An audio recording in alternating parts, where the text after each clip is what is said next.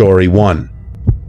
I've always liked the quiet that comes with being alone. There's something oddly peaceful about silence when you know it's only you out there. But the night I drove out to Claiborne, Nevada to check out an old abandoned motel called the Silver Mesa Inn, that silence took on a different kind of weight, a heavier, colder one. I do solo urban exploration sometimes, mostly at night. It's just easier. No security, no heat beating down on your back, no nosy people asking questions. Claiborne's practically a ghost town now, a forgotten speck in the desert with maybe one open gas station and a diner that's always empty. The Silver Mesa sits just past the edge of it. No fences, no warnings. Just a crooked old sign and a broken parking lot full of cracked concrete and weeds fighting through the ground. I parked just off the side of the road, killed the lights, and stepped out. The air was still. No breeze. Just that dry desert kind of stillness that makes your ears ring a little. The motel was dark, except for the way the moon hit the broken glass windows. I kept my flashlight low and started walking around the front. Some of the rooms had doors hanging open. Others had completely shattered frames like something had forced them in. Graffiti was everywhere, old and new. Some of it childish, some of it unsettling. I stayed outside for a while, scoping it out. The pool out back was deep and empty, just concrete and silence, with spray-painted warnings like "Don't look in" and "They see you." I thought it was edgy teenager stuff. I walked around a bit more, avoiding loose boards and chunks of drywall. I remember thinking it was almost peaceful. Lonely, sure, but peaceful, until I heard the voice. It was faint, like someone talking just barely loud enough to be heard, but I couldn't make out the words. I stopped walking. My flashlight beam froze on a broken door frame. I thought maybe it was a car passing by on the highway, or wind catching something metal. But there was no wind, and no cars. Just that voice again. Closer this time. Definitely a woman's voice. I couldn't tell if she was talking to someone else or just talking. My heart picked up, and my first thought was not ghosts or anything paranormal. There was another person. A squatter, maybe. Or worse, someone who didn't want to be found. I immediately moved back and ducked into a room nearby. It smelled like mold and dust, and the air felt thicker in there. I turned off my flashlight and crouched behind what used to be a dresser, heart pounding in my ears. The voice had stopped. I waited. Just listened. Nothing. I counted to 30 before turning the light back on and shining it toward the floor, avoiding the open doorway. I stood up and checked around the room. Nothing out of the ordinary. A mattress on the ground. Some trash, old water bottles, the usual decay. But something didn't sit right. I felt like I wasn't alone, even though the place looked just as dead as before. I walked back outside, still cautious, and glanced around. That's when I noticed something. One of the upstairs windows had a curtain flutter just slightly, like someone had moved it, but there hadn't been any wind all night. I stood still, staring up at it. I couldn't see anyone, but I swear something was watching me. I can't explain how I knew .it was just that bone-deep kind of feeling, like eyes are on your back and you're not imagining it. I took a deep breath, trying to calm the pounding in my chest. The smart part of me said to leave. Right then. Just turn around, get in the car, and go. But another part of me, the stubborn one that got me into urban exploring in the first place, told me I had to see what was upstairs. So I adjusted my grip on the flashlight, looked up at the empty walkway, and started toward the stairs. The stairs creaked under my feet as I made my way up to the second floor of the Silver Mesa Inn. The metal railing was rusted, flaking under my grip, and the air up there somehow felt colder than it did down below. I told myself it was just nerves, but that heavy feeling in my chest hadn't gone away. At the top, I stood still for a second, scanning the row of broken doors and busted lights. Everything was quiet again, like the whole building had paused just to listen to me. I moved slowly down the walkway, checking each room one by one. Most of them looked the same. Graffiti, broken furniture, and a layer of dust thick enough to write your name in. But I couldn't shake the feeling that something was just ahead of me, always just out of sight. That's when I started hearing it. A sound. Thump. Then a few seconds later, thump. Slow, steady, like someone gently banging on a wall. It was coming from further down, maybe 5 or 6 rooms away. I froze. That noise wasn't random. It had rhythm, intent. I whispered out loud, just in case, saying I was just exploring and not here to bother anyone. No answer. Just another thump, and another. I kept walking. My flashlight stayed low, flickering just a bit, which didn't help the pit growing in my stomach. I got closer to the room the sound was coming from, and right when I reached the door, the noise stopped. Completely. Silence is somehow scarier than sound when you've been hearing something for a while. I stood there, unsure if I should look inside or turn around and get the hell out. My instincts were split. I felt like I was being watched again. I turned off the flashlight and leaned just enough to peek through the broken door frame. It was almost pitch black inside, but I could just barely make out a shape toward the back wall. I couldn't be sure, but it looked like someone was standing there, still not moving. I pulled back, hands shaking a little now. I looked down, trying to quietly turn my flashlight back on without shining it straight into the room. When I finally pointed the beam back toward the floor and slowly raised it up into the room, that's when I saw her. Bare feet, pale, coming toward me, fast. My light jumped up just in time to catch her face. A woman, her mouth hanging open, yellow crust smeared around it like she hadn't eaten properly in days, and blood trailing from her forehead down the side of her face. Her eyes didn't even blink. It was a kind of horror I hadn't prepared for. No masks, no monsters, just someone who wasn't supposed to be there. Someone broken. I didn't think. I turned and bolted, my flashlight swinging wildly as I raced down the walkway and back to the stairs. Behind me I heard her scream, loud and raw, like an animal almost. It didn't sound like words. It just sounded like pain. I ran down the steps, stumbled once, nearly dropped the flashlight, and sprinted across the cracked pavement back to my car. I didn't stop to look back, not until I got inside and locked the doors. I didn't see her behind me, but her voice echoed in my head long after. I called my friend George, whom I'd originally invited to come with me. He couldn't make it, but when I told him what happened, he was quiet for a while before saying maybe the sound I heard earlier, the thumping, was her, banging her head against the wall. That would explain the blood. That thought alone chilled me worse than anything else. I asked him if I should call the police.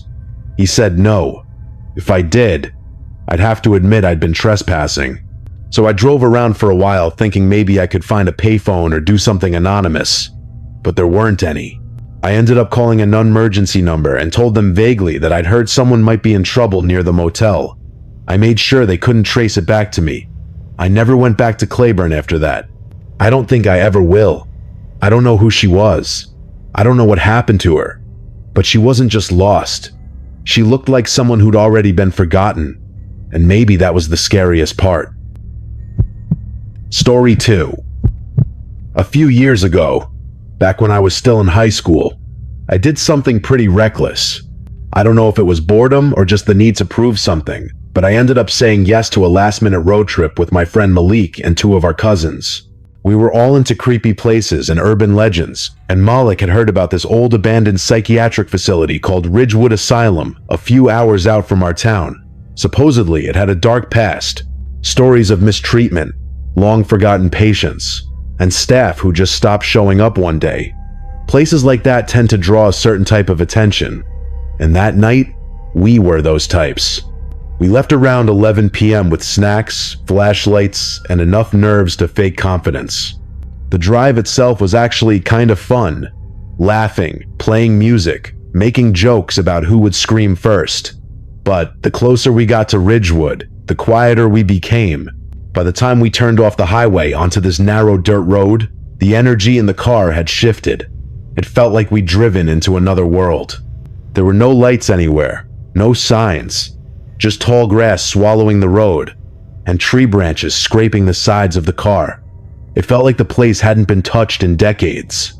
We pulled up near the entrance around 2:40 a.m., and just sat there for a few minutes in silence, letting the weight of the place settle in.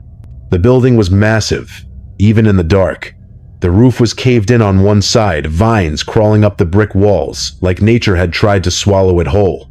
In the middle of what used to be a parking lot, there was an old stone fountain, dry, cracked, and also covered in vines. We turned off the car, stepped out, and stood there in the still night. You'd think it would be quiet, but it wasn't. There was this constant hum, like the building itself was holding its breath. We made our way to one of the side entrances that Malik said would be easiest to get through. Sure enough, a broken window gave us just enough space to squeeze in. I went in last, careful not to slice my hand on the glass. Inside, the air was stale, heavy, like it hadn't moved in years. We started walking through the main hallway, our flashlights bouncing off the walls. There were pentagrams spray painted on almost every surface, some fresh, some faded. It was clear we weren't the first ones to come through here. I tried to laugh it off, but honestly, I was already regretting coming. Every step we took echoed way too loudly. Every door we passed looked like it could swing open any second. After a few minutes, we found a staircase that led to the second floor. Most of the steps were either broken or missing completely, so climbing it was like doing some weird slow-motion parkour. But we made it to the top. There were only a few rooms up there, and most of them were stripped bare, except for the occasional flipped-over bed frame or rotting mattress. Malik suggested we go out onto the roof, since part of it had caved in and made a sort of flat platform you could stand on. We climbed up a ladder and stood there for a while, just looking out over the trees and the night sky. For a moment, it felt like nothing could touch us. That didn't last long. From the front of the building, we saw a light. Not bright, but enough to catch. It looked like a flashlight or maybe a phone. We called out, asking if someone else was there. No answer. Then the light went out, just blinked off, and the silence that followed was louder than any scream. I remember Malik looking at us and saying maybe it was time to head back inside. None of us argued. We climbed back down, but the whole mood had shifted. Whatever thrill had brought us, they were starting to wear off. Something about that building didn't feel empty anymore. It felt like we weren't supposed to be there. Like something was waiting, watching, just out of sight. We made our way back down from the roof and into the second floor hallway, but the fun was gone. None of us was laughing anymore. It felt like we were being swallowed up by that place the longer we stayed. There was this pressure in the air, like the walls were leaning in closer every time we turned our backs. We decided to head down to the basement. That had been the plan from the beginning. People online said it was the creepiest part of Ridgewood Asylum. Part of me didn't want to go, but saying no felt like giving up. So we found the staircase near the west wing and started going down. The steps were worse than the ones going up to the second floor. Half of them were crumbled away, and it smelled like mildew and rust, and something else underneath it all. Something sour. We had to go slow, practically crawling at one point, just to avoid falling through. When we finally reached the bottom, it was colder. Not just cooler. Actually, cold. Like we had stepped underground into something ancient. Our flashlights didn't do much. The basement was bigger than I expected, with long concrete corridors and old storage rooms on either side. Some of the walls were cracked, leaking moisture.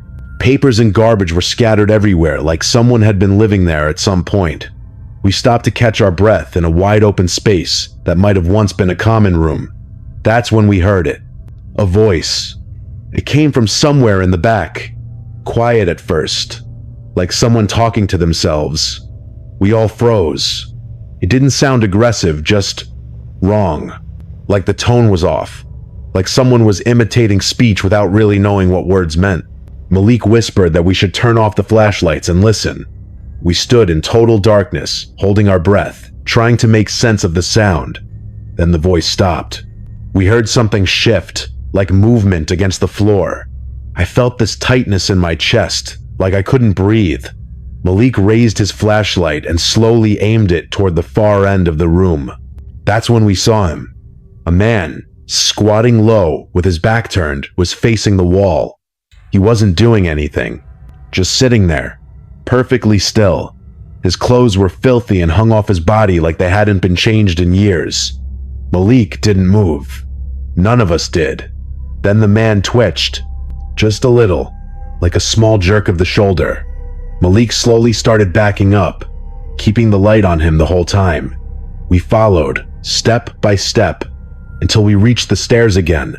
Malik motioned for us to climb out, one at a time. I was second. As I started pulling myself up, I heard Malik call out. He asked the man if he was okay. That's when he turned. His face was pale, eyes wide and unfocused, mouth slightly open like he didn't understand what was happening. There was a moment, maybe 2 seconds, where nothing happened. Then he screamed, loud and raw, like something had broken inside him. He got up and ran at us. Not a limp, not a stagger, full speed. We scrambled out of there. I fell going up the steps but kept going. We didn't even look back, just ran. We ended up outside, but we didn't stop. We cut through the trees behind the building, crashing through branches, not caring which way we were going. All I could think was that I could hear him right behind us. I didn't know if it was real or just panic, but I swear I heard him breathing. We ran until we found a clearing and stopped to catch our breath. Then we realized we had no idea where the car was. We'd gone the wrong way. We tried to retrace our steps, hearts pounding in our ears, and finally saw the outline of Ridgewood again. That gave us just enough energy to push through the last stretch. As we got close to the car, we heard rustling in a bush. A rock flew out and hit Malik in the leg. The man stepped out from the dark, eyes wide and wild. We sprinted the last few feet, jumped into the car, locked the doors, and turned on the headlights, just in time to see him rushing at us with a broken bottle in his hand. We tore out of there, gravel flying behind us. Nobody said a word the whole way home. Not because we weren't scared. We were. But we didn't know how to explain what we saw. We still don't. And I don't think I ever want to go back and find out. Story 3.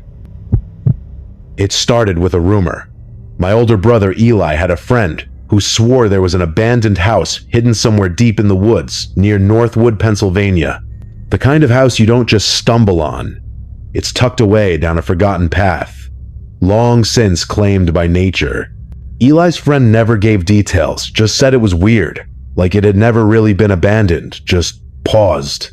Eli was always chasing that adrenaline high, and I guess he didn't want to go alone, so he dragged me along. I was 15. He was 18. I didn't want to say no because back then, I looked up to him more than I let on. We drove out on a cloudy afternoon, parked the car in a spot, almost completely swallowed by trees, and started walking. The road wasn't really a road anymore, just cracked cement with weeds crawling up through it, and thick grass brushing our legs. It was so quiet out there. No wind, no birds, just our footsteps and the occasional rustle from something small in the brush. We hadn't even reached the house yet when the feeling started. You know that sensation? Like someone's behind you? Even when you know no one is? That weight on your back? Like eyes pressing into you? It crept up slowly, somewhere between the car and the house. I kept glancing over my shoulder, and Eli told me to stop being paranoid. But then we saw her, a woman, maybe mid-40s, walking the same road behind us, hands clasped neatly behind her back like she was on a calm morning stroll. At first, I figured she was just another hiker, but something about the way she walked made my skin crawl. She was too steady, too still. I whispered to Eli, asking what we should do, and he said to keep walking. If we start running, it'll look weird, he muttered, but she kept getting closer. When I looked back again, I could see she was smiling, not a polite smile. A strange one, wide, fixed. She looked right at me and said, "Lovely day today, isn't it?" Eli and I both said yeah out of instinct, like we were on autopilot. She didn't stop walking, didn't blink. She just kept getting closer. Then, just as she was about to pass us, she said something that made my stomach drop. "I have to go to bed now." Her voice was calm, almost cheerful, like she was talking to a child. Eli didn't say anything, But I saw the way he looked at me, and I knew we needed to move. We picked up the pace without saying a word. Speed walking, not running, but moving fast. When we turned around again, she was gone. Completely. No sound, no sight of her. Just gone. And there weren't any trails off the road. She would have had to vanish into the trees. That unsettled me more than if she'd kept following us. A few minutes later, we reached the house. It was bigger than I expected, with ivy crawling all over the exterior and some of the windows shattered. We climbed in through a broken window on the side, careful not to touch the jagged edges. Inside, it was like time had stopped. The furniture was still there. The coffee table still had dusty magazines and a few decorations. The kitchen had food containers in the fridge, long since rotted. The smell was something I'll never forget, like sour milk and something worse underneath. We explored the first floor in silence, every step creaking louder than it should have. It felt like the house was listening. The only sound besides our feet was our breathing. And maybe, just maybe, something else is breathing with us. But I told myself it was nerves. Just nerves. After all, we hadn't seen anything since that woman. Still, part of me couldn't shake the feeling that we'd brought something into the house with us. Something we didn't understand. Something that was waiting for the right moment. We made our way upstairs after finishing the first floor, and that feeling of unease only got worse. The staircase was narrow and dusty, with faded wallpaper peeling off the walls. At the top, there was a short hallway that split left and right. Straight ahead was a bathroom with the door half open, and to the left was a short corridor with 2 rooms. I don't even remember what was to the right, because what happened next pretty much erased everything else from my head. Eli went left first and walked into the first room while I stayed back to check out a closet just outside the bathroom. It was empty, but I remember the smell, musty and sour, like wet wood and old fabric. I could still hear Eli walking around the room just ahead, his shoes brushing against the floorboards.